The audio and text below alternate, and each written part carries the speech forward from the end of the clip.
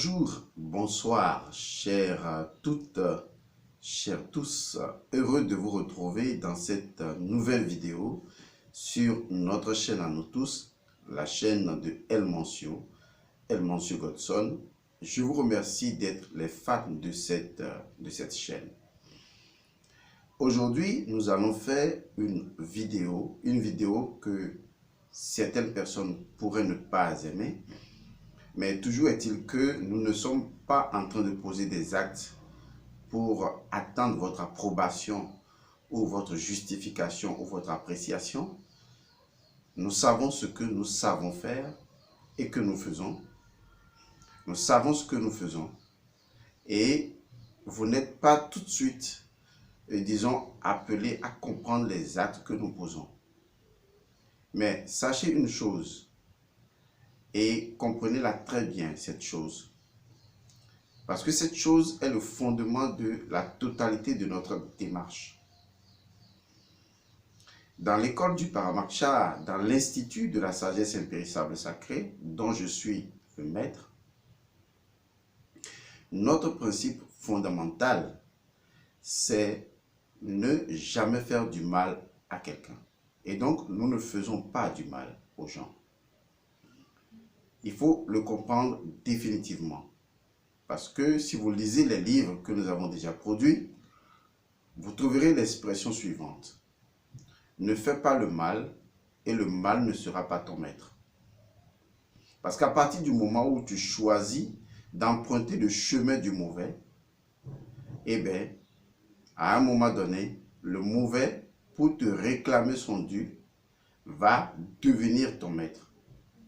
Va t'imposer un certain nombre de dispositions karmiques que certainement l'individu ou toi, si c'est toi qui es concerné, tu ne vas pas apprécier. C'est également dans un souci de libérer l'âme, de nous libérer, que nous, en tant qu'étudiants, puisque je suis le premier étudiant de mon école, nous refusons de tremper dans de la méchanceté. Il est important que vous compreniez ça. C'est le fondement de la totalité de notre démarche. Et donc, toutes les personnes qui travaillent avec nous savent très bien que nous ne nuisons pas à autrui. Et nous ne le ferons pas. Parce que justement, c'est notre fondement, notre déontologie de base. Mais il faut faire la nuance. Et c'est ce que je veux préciser aujourd'hui. Pour que chacun sache de quoi il est question. Déjà que ce premier élément est bien compris. Et chacun sait que de nous-mêmes, on ne peut pas faire du mal à quelqu'un parce qu'on se l'est interdit. On a choisi de ne pas le faire parce qu'on a choisi la liberté. Toute personne qui a choisi la liberté spirituelle ne peut pas faire du mal. C'est impossible. Parce que la liberté spirituelle est incompatible avec la méchanceté. Puisque tu te rends prisonnier d'un acte de méchanceté alors que tu recherches la libération spirituelle. Donc, nous avons choisi la libération spirituelle et donc, nous ne pouvons pas faire du mal. Nous ne voulons pas tremper dans du mauvais. Nous ne voulons pas tremper dans de la méchanceté. Excusez-moi de me répéter, c'est important que je le répète et que vous le sachiez. Mais cela ne veut pas dire que nous n'allons pas travailler dans la justice. Parce qu'il y a effectivement la justice divine et nous pouvons contribuer à cette justice divine. Et c'est de cela que j'aimerais justement vous parler. Lorsque je regarde aujourd'hui le monde, je fais un constat de base. Le constat est que l'humain devient de plus en plus méchant. Enfin, il n'y a rien de personnel en ce qui me concerne.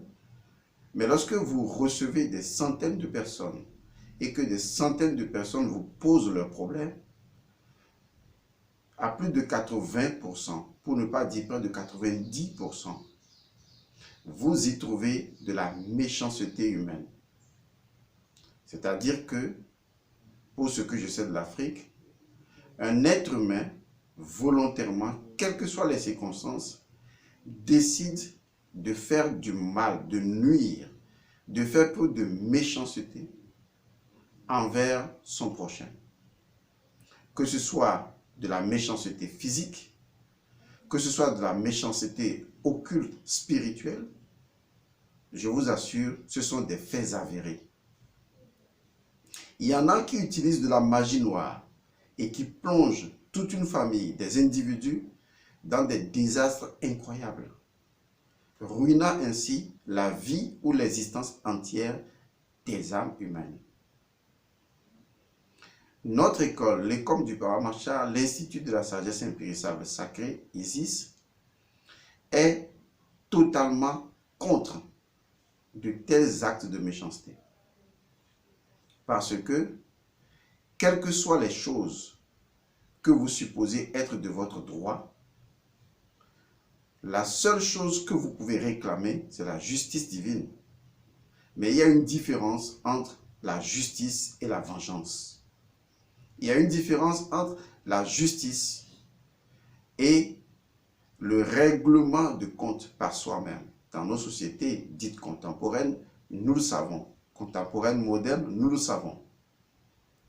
Mais nous avons comme l'impression, pour ce que nous avons de part et d'autre des messages et des gens qui viennent pleurer, supplier, et quand vous faites les recherches mystiques, vous vous rendez compte que à 90%, il y a de la méchanceté humaine. Nous avons décidé de ne plus être en marge de tels comportements. Nous avons décidé d'intervenir. Et ce ne sera pas seulement à ce niveau que nous allons intervenir.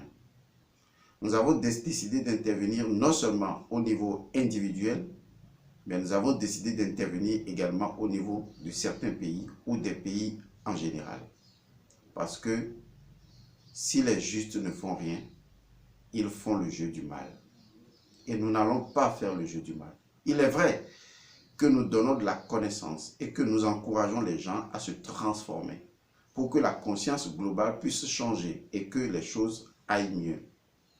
Mais nous avons remarqué, tristement remarqué d'ailleurs, avec peine, que l'être humain a fait de la méchanceté un leitmotiv, un droit d'agir et détruit la vie des autres. Ça ne signifie plus rien pour les gens aujourd'hui, y compris pour les enfants, pour les adultes.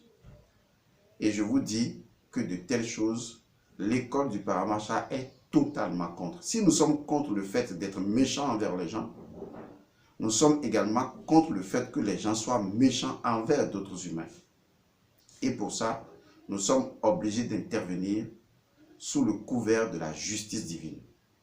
Et je vais vous donner les détails point par point. Et je souhaiterais que si des personnes veulent parler de ce sujet ou de Helmand Sjögottsson, je vous en prie, informez-vous bien sur ce que la personne dit, c'est-à-dire moi je dis, avant de vous dire est-ce que c'est bien ou c'est mal. De toute façon, je n'attends pas d'appréciation de qui que ce soit. Je sais que je fais ce que je sais que je dois faire, c'est mon dharma.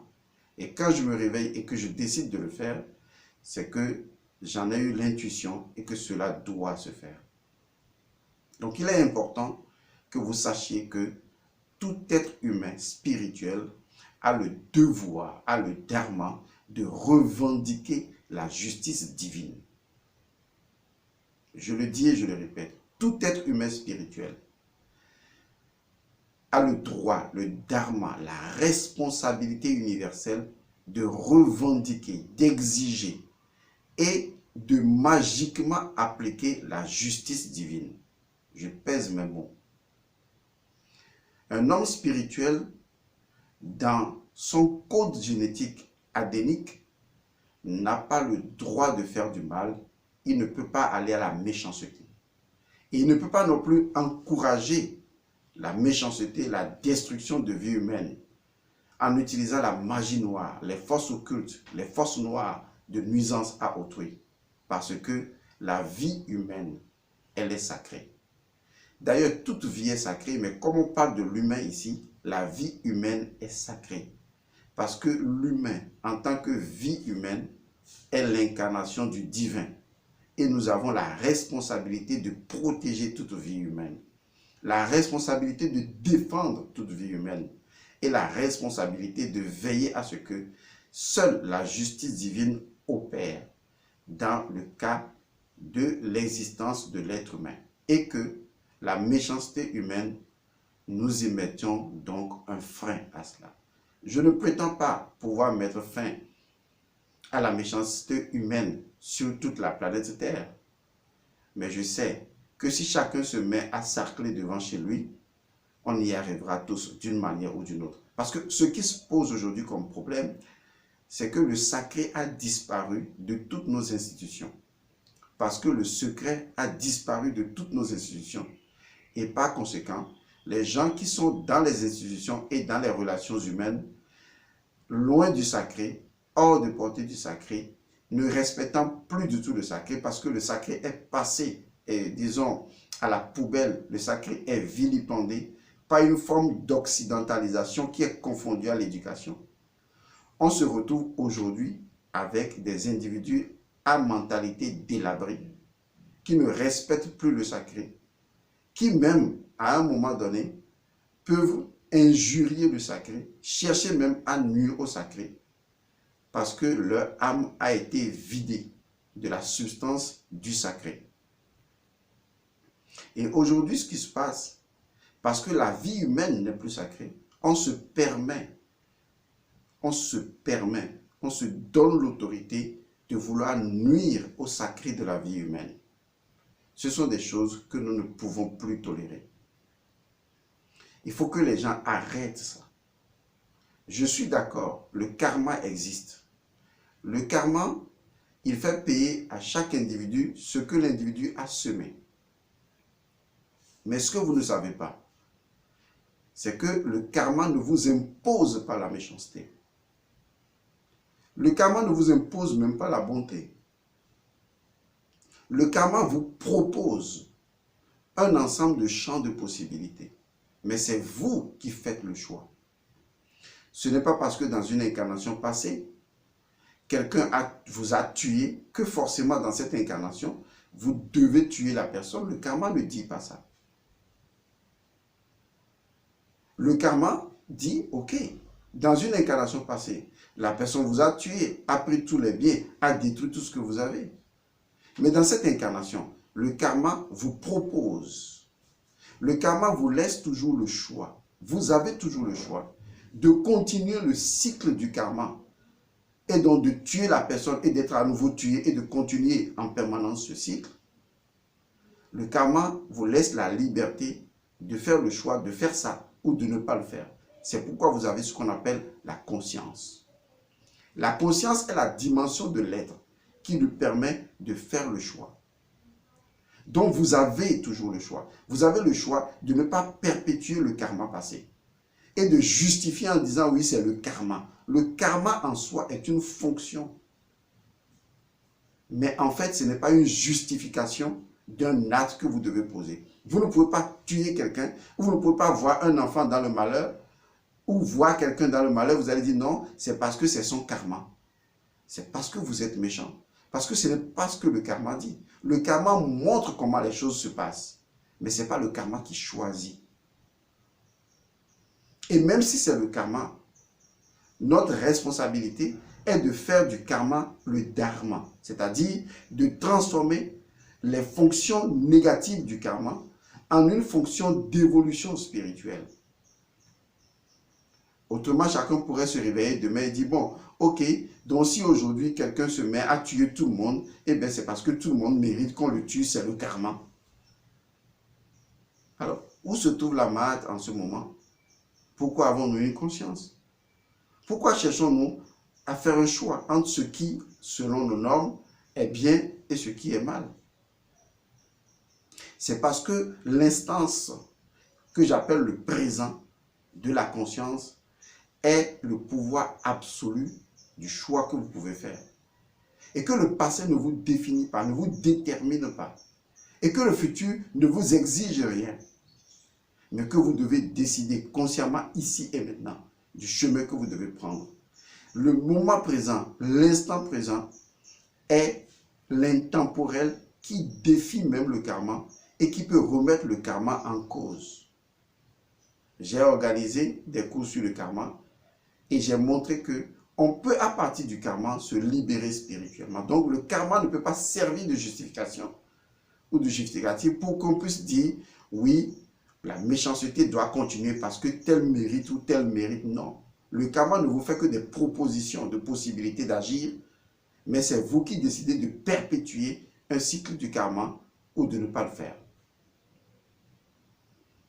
Je vous donne toutes ces informations pour aller là où je veux aller, afin que vous compreniez très bien qu'il n'y a pas de droit karmique à la méchanceté. Ça n'existe pas. C'est-à-dire, selon le karma, parce qu'il avait mal agi dans une incarnation passée, le karma m'a donné, c'est le karma qui a voulu que, non, le karma n'a pas voulu ça. Le karma a montré juste ce qui se passe. Mais c'est vous qui avez la conscience de choisir. Vous devez renoncer à la méchanceté. Vous devez renoncer au mauvais. Vous devez renoncer à la nuisance à autrui. Il est très important que vous compreniez cela. Mais vous avez le devoir de réclamer la justice divine. Il est vrai que souvent les gens confondent la justice divine au karma. Mais je vous montrerai tout à l'heure une nuance qui permettra à tout spirituel qui s'y connaît de pouvoir exiger, imposer, de pouvoir créer la justice divine autant que faire se peut. Et c'est ce que nous allons faire. Dans la science de nos ancêtres, il y a une divinité qui a souvent été associée à ce principe de la justice divine. Cette divinité est vue sous plusieurs appellations ou est vue comme étant un ensemble de divinités mais portant un nom, comme une forme de légion mais portant un nom unique. Cette divinité-là, dans l'Égypte antique, c'est la divinité Geb. Vous savez, dans l'Énéade de Léopolis, on voit qu'après le dieu Atum, il y a eu génération d'autres divinités comme Shu, Tefnut, Nut et Geb. Et donc, le dieu Geb est appelé le dieu de la terre. Et Nut est la déesse du ciel. Mais le dieu Geb est plus complexe que ça. Parce que son nom signifie même le trône de Ré. C'est le trône même de Geb, c'est le trône même du pharaon. Donc, Geb représente le trône. Geb représente également le soutènement, la fondation, le fondement. C'est pourquoi la plupart du temps, Geb a été associé à des divinités chtoniennes, c'est-à-dire des divinités dont les fonctions sont telluriques, c'est-à-dire des divinités de la terre, les fonctions telluriques de ces divinités-là. Donc, Geb est un nom générique qui rassemble d'autres sous-noms, comme par exemple la divinité Aker, comme par exemple dans le vaudou, dans le panthéon vaudou, le panthéon béninois, on a par exemple la divinité Sapata, qui également est une divinité chtonienne, c'est-à-dire une divinité tellurique. On a par exemple chez les Yoruba la même divinité. On a en Haïti la même divinité. Cet ensemble de divinités-là, qui représentent des divinités chtoniennes, c'est-à-dire des divinités anciennes, les premières fondamentales divinités, mais associées à l'énergie ou aux énergies telluriques et donc au fondement de la terre, sont la plupart du temps des divinités féminines. Mais le contexte de Geb, qui en fait est un principe féminin, d'accord, représenté de façon masculine, on l'expliquera, montre très bien que nous sommes avec le dieu de la terre qui représente ce qui est le soutènement. Donc en tant que dieu chtonien, c'est-à-dire dieu tellurique, avec ses multiples facettes, comme par exemple la facette de Sapata, parce que très peu de gens comprennent ce que c'est que Sapata. Si vous voyez par exemple l'hiéroglyphe de l'ancienne Égypte qui représente la divinité Geb, vous allez voir que c'est une ouette ou bien l'oie sauvage qui en fait est associée dans le langage actuel au canard. Vous connaissez le canard. Vous allez voir que dans nos langues à nous, le canard est appelé papa. En mina ou en fond, souvent on l'appelle papa en fait.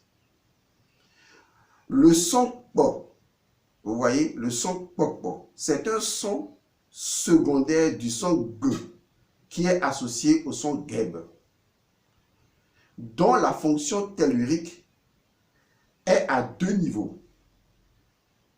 Et donc la divinité Sapata, qui est une divinité de la terre, une divinité chthonienne, une divinité Geb, il faut le dire comme ça, souterraine dans une de ses fonctions, a la possibilité d'apporter la régénération de la terre, la prospérité, le bien-être, tout comme Geb, mais a également une autre fonction opposée à cette fonction-là.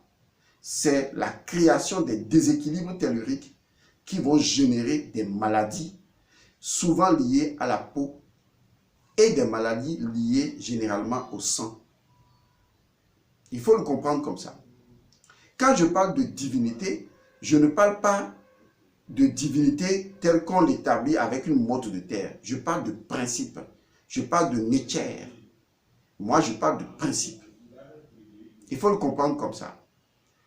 Donc, il est possible pour quelqu'un qui connaît la spiritualité de décider de mettre fin à la méchanceté ou d'apporter une solution à la méchanceté en faisant appel à la divinité Geb ou à la divinité Sapata.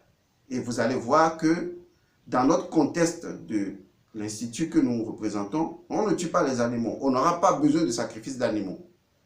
Parce qu'il y a autre chose qui remplace le sang valablement sans qu'aucun animal ne soit tué.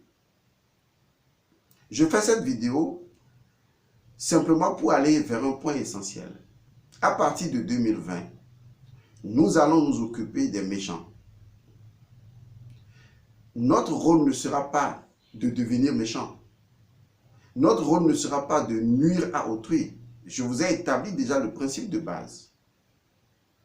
Notre rôle sera de travailler avec la divinité Geb ou la divinité Sapata ou toute autre divinité chthonienne, c'est-à-dire divinité tellurique, qui conserve notre ancrage, qui conserve notre dimension tellurique, qui conserve notre soutènement, qui conserve notre trône, parce que chacun a son trône. Cette divinité-là, qui réside dans le sanctuaire de la Mère divine, dans le sanctuaire de la terre, nous avons la possibilité de travailler avec cette divinité ou avec ce principe tellurique. À partir de 2021, tenez-vous bien et comprenez-moi bien, nous allons mettre en place un service à partir de janvier 2021. Ce service s'occupera uniquement des personnes méchantes. Cela veut dire que s'il y a des personnes qui cherchent à vous nuire, s'il y a des personnes qui vous nuisent, s'il y a des personnes qui promettent vous nuire, ce n'est pas compliqué. Vous n'aurez qu'à nous envoyer le nom de ces personnes ou les noms de ces personnes. Tout ce que nous aurons à faire, je précise mes actions, je prends les divinités à témoin, parce que je ne dis pas une chose pour faire le contraire de cette chose-là. Et je répète, notre déontologie nous interdit de faire du mal. Ce n'est pas qu'on ne peut pas, mais on a fait le choix, au nom de la liberté spirituelle, de ne jamais être méchant. Mais nous avons la possibilité de réclamer la justice divine. Et ça, toute âme spirituelle a ce pouvoir de le faire. Parce que si nous ne faisons rien pour donner des leçons à des personnes qui font preuve gratuitement de méchanceté gratuite, on aura comme l'impression que nous sommes dans un univers où le ciel est ouvert et qu'il n'y a pas de loi et que chacun peut se réveiller et faire ce qu'il veut. Que vous soyez chef d'État, que vous soyez ministre, que vous soyez autorité, vous n'avez aucun pouvoir. Parce que celui qui conserve le pouvoir que vous avez de votre trône, de quelque position que vous soyez, et qui peut vous enlever ce trône pour que vous tombiez dans un puits qui va vous sombrer à travers des maladies ou toute autre chose, c'est la divinité Geb, dans sa fonction de papa, dans sa fonction de sapata. Et cette fonction-là, c'est une fonction principe dont l'énergie existe. Et cette énergie-là, on peut lui faire appel. Et ce qui va se passer, c'est que notre mission à nous,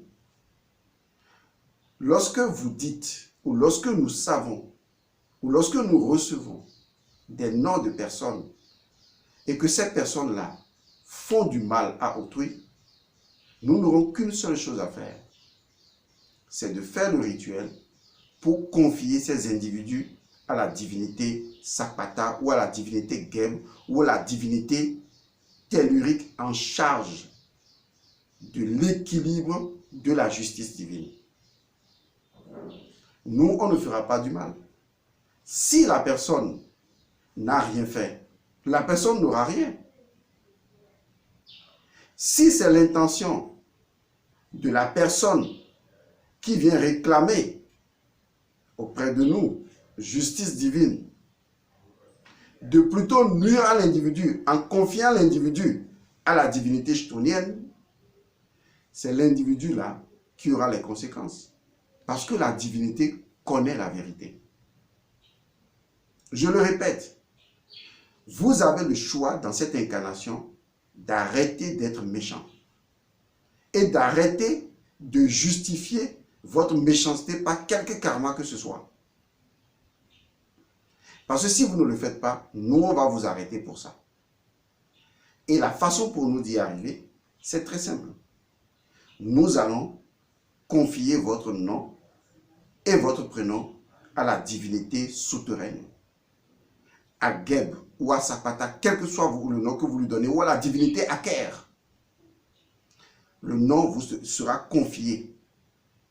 Et nous allons demander à cette divinité de clarifier les choses, de mettre de la justice, de mettre de l'ordre, d'accélérer le karma, afin que, ici et maintenant, au-delà du temps et de l'espace, dans l'intemporel, les conséquences soient distribuées à chacun. Vous savez, le fait qu'aujourd'hui le sacré a disparu de nos institutions, chacun fait ce qu'il veut. C'est-à-dire que la personne peut te faire une promesse et demain se dédire allègrement comme s'il n'y a rien, la personne n'a rien à faire. Mais est-ce que vous savez que lorsque vous dites une chose et que demain vous décidez de mentir, en réalité, vous êtes déjà condamné. Le karma vous a déjà condamné. La punition est déjà venue. Mais c'est parce que vous êtes dans un monde temporel et vous n'avez pas encore vu la conséquence. La divinité Geb n'a pas encore, dans votre concept, matérialisé. La divinité Geb l'a déjà matérialisé dans son univers. Mais dans votre univers, étant donné que vous êtes encore esclave du temps, ça prend du temps pour que vos conséquences arrivent. Ça peut même prendre des incarnations pour que vos conséquences arrivent. Vous le savez bien. Mais lorsque nous allons activer cette fonction de Geb, cette fonction de Sakpata, cette fonction de la divinité chthonienne, d'agir ici et maintenant, ce n'est pas nous qui faisons le mal. C'est pour ça que je vous dis, nous, on ne fait pas ça. Mais en vous confiant à cette divinité-là, en confiant le nom, en confiant les méchants à cette divinité, eh bien, nous demandons à la divinité chthonienne de régler les comptes et d'ajuster les choses. Et c'est ce que nous allons faire. Parce que je crois qu'il y a un peu trop de laisser aller dans le monde. Et ce laisser aller ne profite pas vraiment à la spiritualité parce que quelque part, les gens se comportent comme si je peux faire ce que je veux et il n'y a rien qui va m'arriver. Alors qu'en fait, les choses leur arrivent. C'est tout simplement que ça prend du temps de leur arriver. Mais ces gens oublient qu'on peut accélérer le temps. qu'on peut demander au principe divin qui transcende le temps d'agir maintenant. C'est pourquoi je lance cet appel à ceux qui ont choisi d'être méchants. Et je lance cet appel à toutes les personnes qui suivent notre vidéo. Et je dis, vous n'êtes pas obligé d'être d'accord avec moi, ni aujourd'hui, ni demain, ou peut-être pas aujourd'hui et d'être d'accord avec moi demain. Mais réécoutez bien cette vidéo et comprenez bien l'esprit de ce que je suis en train de dire. Il est possible de réclamer une justice divine comme on peut réclamer une justice au tribunal. On n'a pas besoin d'attendre la réincarnation, d'attendre le karma. Non, on n'a pas besoin de ça. J'ai rencontré plusieurs fois les seigneurs du karma. Et je crois que d'une certaine manière, j'en connais un petit bout des seigneurs du karma. J'ai eu cette chance-là. Donc le karma n'est pas le problème. Vous êtes le maître de la situation. Donc on peut amener une situation au niveau du tribunal divin. Et ça peut se faire. En dehors de tout temps et de tout espace. Ça va se faire. Où les dieux sont réunis. Où le dieu chthonien doit prononcer sa sentence. Ce n'est pas parce que dans une incarnation passée, il y a eu ceci que dans cette incarnation, vous avez le pouvoir de faire du mal et de perpétuer le mal. Ça n'existe pas. On a le choix de choisir à faire ce qui est bien. Et je répète, nous on ne fera pas du mal. À qui que ce soit, on ne le fera pas. Mais on confiera les gens et leur nom à la divinité qui est responsable de réglementer la justice. Et de veiller à ce que, qui que vous soyez, autorité ou pas, lorsque votre nom descend, on vous envoie sous terre. Et comme c'est le dieu Geb, dans son principe chthonien, qui gère le trône de tout un chacun de nous, parce qu'on a tous un trône qui gère notre soutènement, qui gère notre ancrage. Les choses qui vont se déclencher vont atteindre ceux qui sont concernés. Si vous mentez au nom de quelqu'un, c'est vous qui serez atteint. Si vous dites la vérité, la personne aura les conséquences de ses actes. Parce qu'il est temps que nous devenions des canaux de la justice divine. Je crois que le message est clair. Et le message est bien entendu. Donc, si vous êtes des personnes à l'étranger, parce qu'il y a tellement de problèmes, vous n'imaginez pas jusqu'à quel point des gens se sont permis d'emprisonner des gens dans des formes de magie noire, d'envoûtement, et de briser la vie des couples, la vie des individus, la vie des enfants. Il faut faire quelque chose. Une équipe est mise en place à ce fait au Bénin, initiée, protégée par mes soins. Et à partir de 2021, nous allons déclencher cette armada-là. Et les individus seront confiés. Et chacun aura ce qu'il mérite. Vous avez aimé cette vidéo ou pas, chacun se fera son opinion. Je ne suis pas là pour que vous m'aimiez ou que vous m'aimez. Je suis là parce que je sais ce que je